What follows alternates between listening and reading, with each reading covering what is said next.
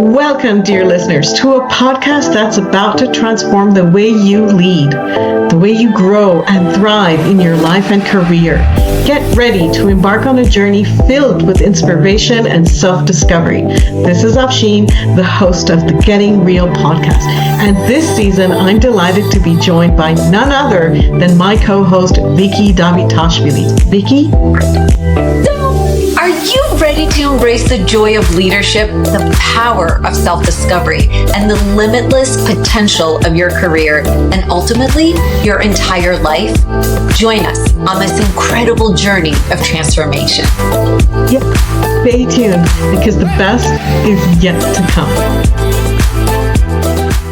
Welcome back, everyone, to the Getting Real podcast. I'm here, Afsheen Ismail Way, leadership advisor and coach with the Phoenix Coaching Company, and I am delighted to host, as my guest today, Victoria Davitashvili, who joins us from just outside New York and is currently leading the digital experiences team at a global financial institution. So, Victoria, thank you for joining me today and welcome to the Getting Real podcast. Hi, thank you so much for having me on as a guest. I so appreciate the opportunity to share my story, but also to share my journey as a woman working in corporate America, and as you would say, rose through the ranks and navigated my career. So thank you so much for this opportunity. This is going to be a really important conversation to have.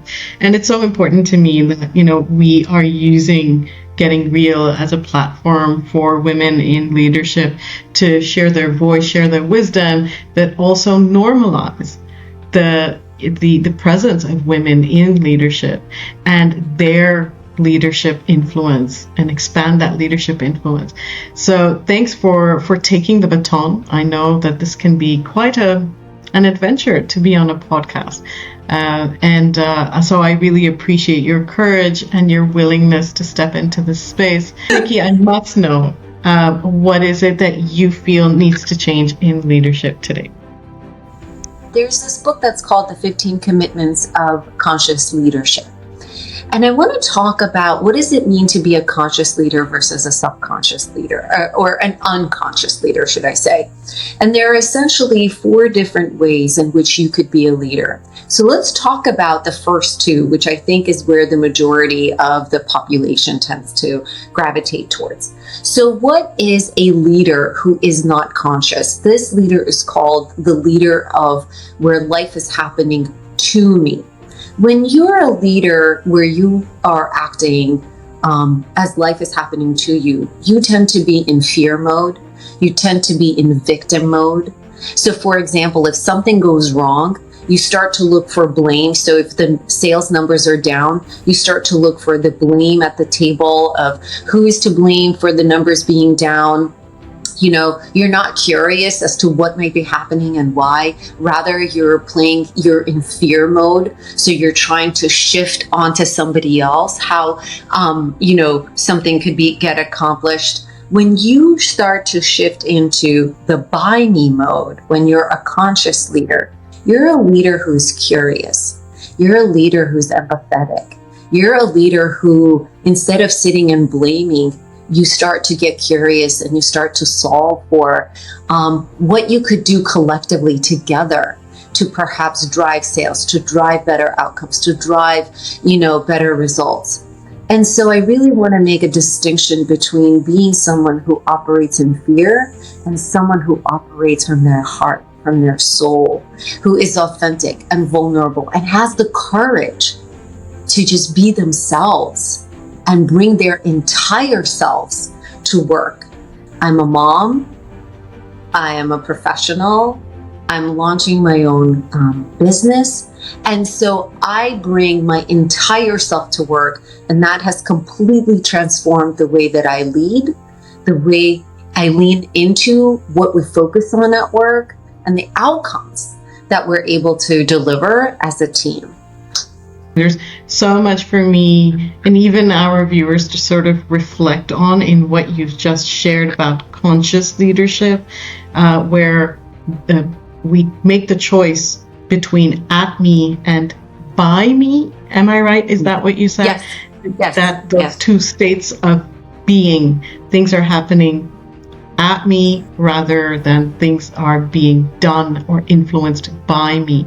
And I love that distinction that you highlighted to us, because it got me wondering about what is the space in the middle between the goal state, which is to be a by me conscious leader, and the current state and the current reality where many of us fall, I must say, often myself as well, which is the at me leader.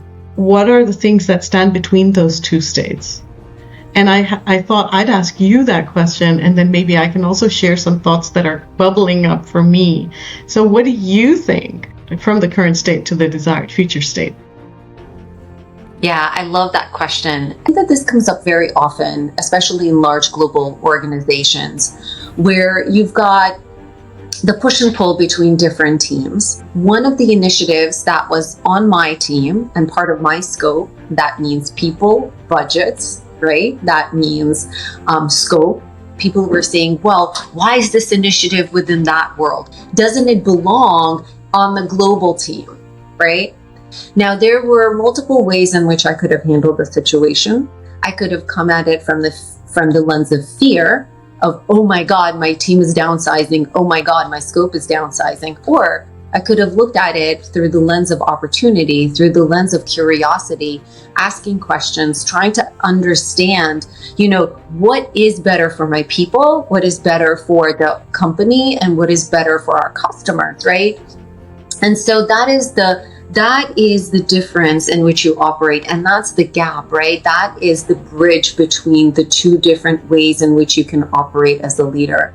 And while I'm not answering maybe what is that, transformation that you might go through as a leader, I genuinely believe that when you start to shift your mindset, because you have a choice over how you choose to perceive circumstances and situations. And when you, as a leader who is now conscious, say, I'm not going to look at a circumstance through this lens of fear. Rather, I'm going to get curious. I'll ask questions. I'll try to figure out what is of the greatest good. What is the best thing that we can do for our people? Well, that is the moment in which you choose to transform and you start to operate as a leader who is in the framework of by me versus to me. That is so profound and also so clearly thought out. I thank you so much for sharing a real life example, because that truly makes it and it illustrates it so well for those of us who are listening, including myself. And I think as I heard you say that, I heard that bridge in between, that example was phenomenal, that bridge in between, the way you created it for yourself was by putting your ego aside, by being curious, and by focusing on the greater good. And so that current state and that goal state, what stands between that are, some of those things. And if we can bridge those states with that perspective, those perspectives that you hold, that I'm going to be curious, that I'm going to put my ego aside, and that I'm going to really focus on the greater good for this organization, for our customers, for my team, then you might actually be able to get to that point of that you're speaking about, which is by me. Love it. So thank you. So of course, the next question for me is, as it always is, and that is, what about this is so important to you, Vicki? Well, I think that we could all use a little bit more consciousness in the way that we operate, right? And when I say consciousness, what I mean is curious, empathetic, thoughtful, aware, present in the moment.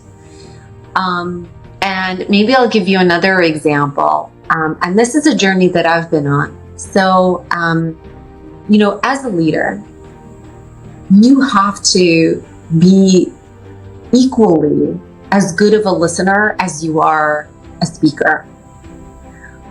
And while I had the speaking part down for quite some time, in the sense that, I've learned to be confident, and that's a whole story unto itself. It's definitely been a journey to help me get there. While I've learned to own the room, what I recognized was that I wasn't a really great listener. And the reason that I say that is because, on the one hand, what you get paid for as the leader is your ability to really think on your feet, to assess a situation, a circumstance, and then to make decisions. Sometimes they're tough decisions, right? And sometimes you have to move with great speed.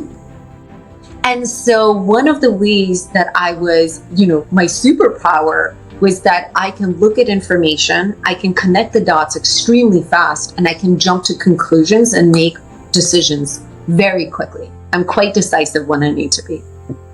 But what I started to notice recently is that that same superpower was actually a weakness. And what I wanted to learn to do was to really become a listener. And so I started to research, what does it mean to be an active listener? One of the reasons that I think it's so important for us to be active listeners and for us to get really curious is because it genuinely helps land you in a different place than where you start out. And I'm talking to a person on my team who felt like they were slighted by a very difficult personality in the organization. Now, the old me would have been like, oh, well then, why don't I reach out to them? Why don't I have a conversation with them? I would helicopter in and I would try to resolve the situation. Instead of doing that, this is where curiosity came in. And, I started asking the questions. So tell me a little bit more about the dynamic. Tell me the history behind this dynamic. And I listened, and then I said, so what about what this individual said to you is like really triggering you? So then I got more curious and I said, well, if you had a magic wand, how would this work? What would the ideal state be like? And instead of me creating the solution, I allowed the person on my team to create the solution. And let me tell you, the solution that this team member came up with is something so far beyond brilliant than I could have even ever imagined that I can't even begin to describe to you. And me not jumping in and giving the solutions, but empowering the individual to come up with a solution, with a brilliant solution, that we were able to end up in a much better state. So that's just an example of what it means to be a curious, empathetic leader. I can see that it matters so much to you to be empathetic and to be curious, and also to do it better by being a better listener. And I love that you are a work in progress, and you know that, and you embrace that with such grace. It's fun, and it's inspiring as well at the same time. And it also got me thinking, and I'm going a little bit off the script here, but it also got me thinking about being that for self. So I imagine that part of being a conscious leader is about being conscious of one's own needs as well, and one's own triggers. And the three words that you kept using over and over again, the empathy and the listening and the curiosity, were landed so deeply inside me, because I thought that's not just what everybody else needs, but that's also what everybody needs to give themselves as well. So this is leading up to my off-track question, which is, how are you doing that for yourself? Well, so I do have a mindfulness practice. So I meditate in the morning and I meditate at night. And, mindfulness, interestingly enough, a lot of people believe that mindfulness is just, meditation. And you just sit in the lotus position and you go, hmm. So yes, that's a component of it. But mindfulness is actually presence and awareness of the thoughts, of the feelings, of the emotions, of the body-mind connection. And it is through that, practice of mindfulness that I place awareness on where I'm at, whether it's emotionally, mentally, professionally, personally. And it was because of my awareness around not being a great active listener that I got curious, and then I went and I researched about it. I actually also reached out to a communication coach, and I said, I know I'm not a great listener. I know I can be a much better active listener. Can you talk to me about the art of active listening? And it was in that 30 minutes that I learned the incredible skills of asking open-ended questions, of allowing and empowering people to share their thoughts and ideas. And we even did this little improv exercise where we went through and we did the yes and. Yes, and I don't agree with that point. Yes, and I'd like to add something to this, right?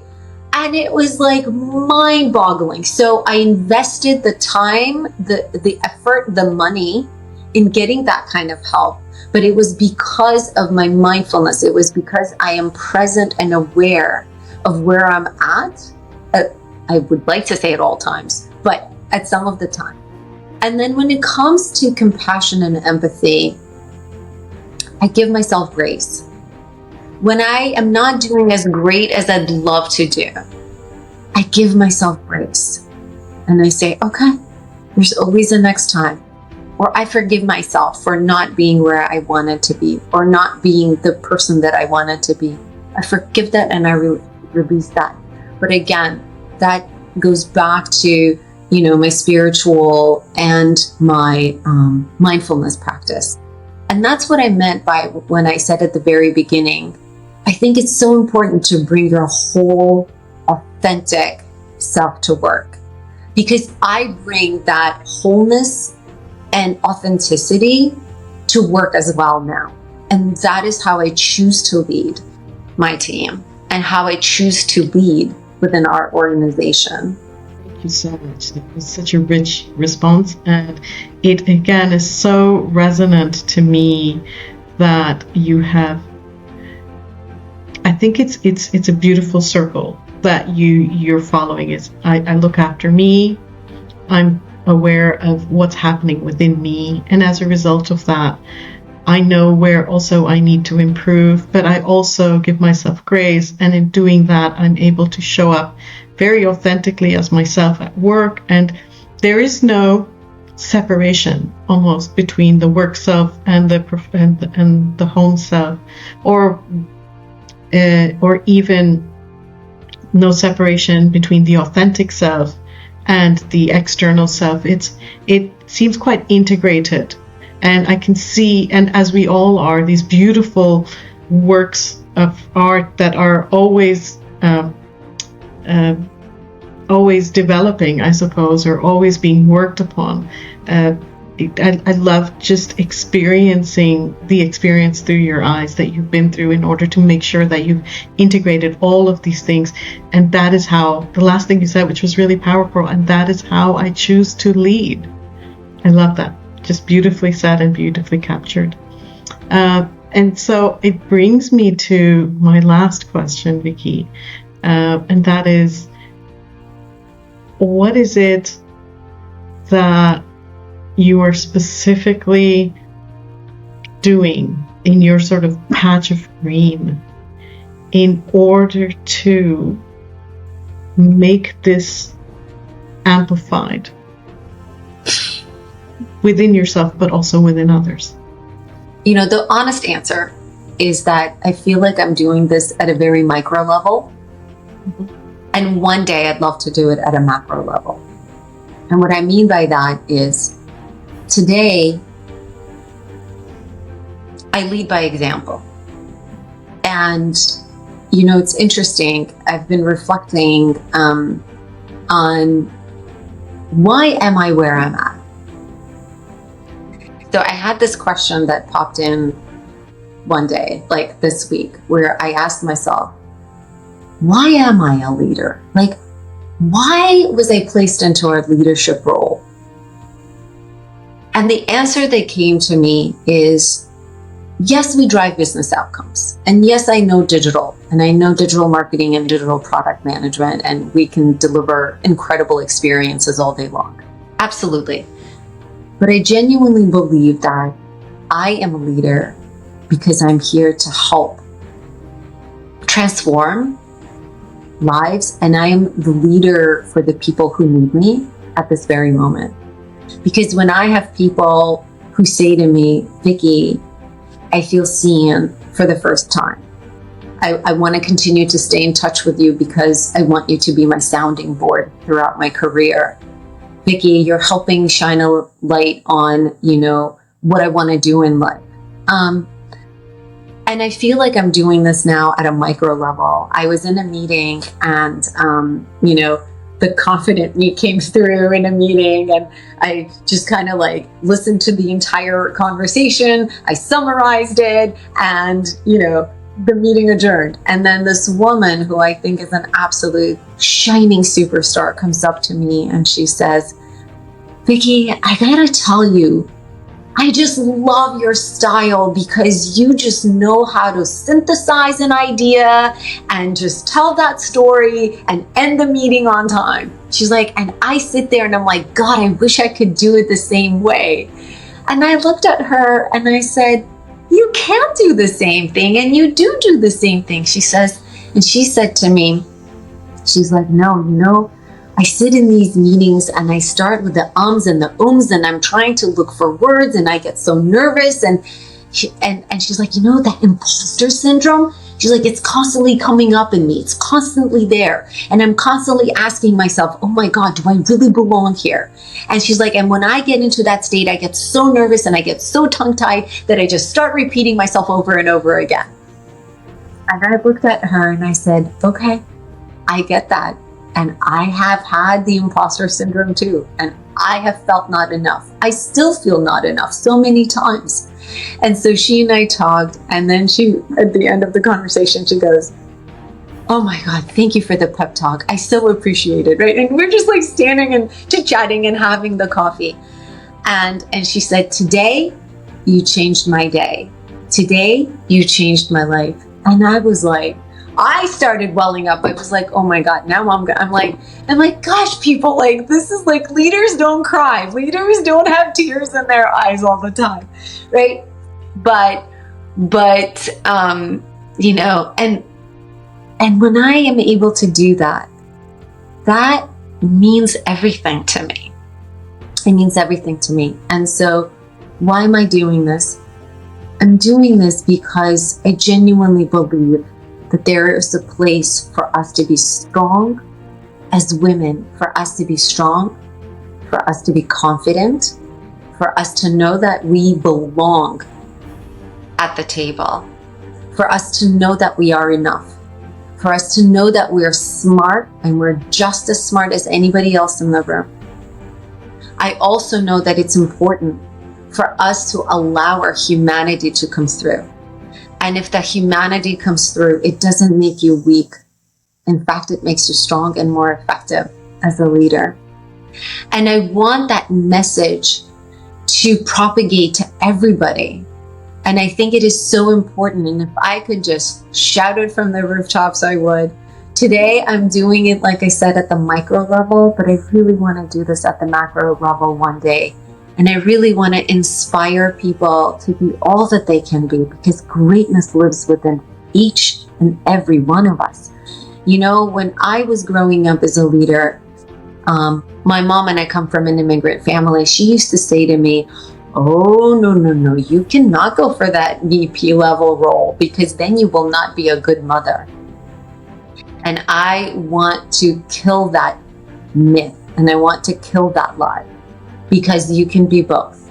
You can be strong and empathetic. You can be an amazing mother and an incredible leader. You can continue to strive for your ambition while being kind and while being, coming from a place of goodness.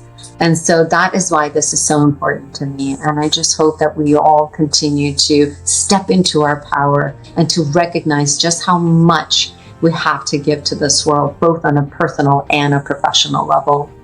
Thank you so much for sharing so authentically, and it was so heartfelt and at the same time so pragmatic. You hold that space so beautifully. Thank you for sharing your real life examples and also your real you during this conversation. It's been a wonderful ride, maybe too short. I would wish for it to go on and on. There's so many things that you and I can talk about. But for the moment, I just want to say thanks so much for being here and for sharing your gift with us and for sharing your perspectives with us. They've been so valuable. And I know that there's a part of this journey that we're all on, especially as women, where we pick up the baton if nobody else has, because we feel as though we want to create the space for other women to do the same, to be role models in this space. And that often means that you're not just a role model, but you're a pioneer. You're first of many, but of the few that exist at the moment. And so I know that it takes a certain amount of determination and even courage to pick up that baton and to choose to be that role model and to live it, and then to also pave the ways for others to have the same opportunity to live it as well. So just my immense thanks for picking up the baton, being part of this conversation, and sharing, yourself with our listeners as well. And thank you so much. I so appreciate this opportunity. Stay tuned, because the best is yet to come.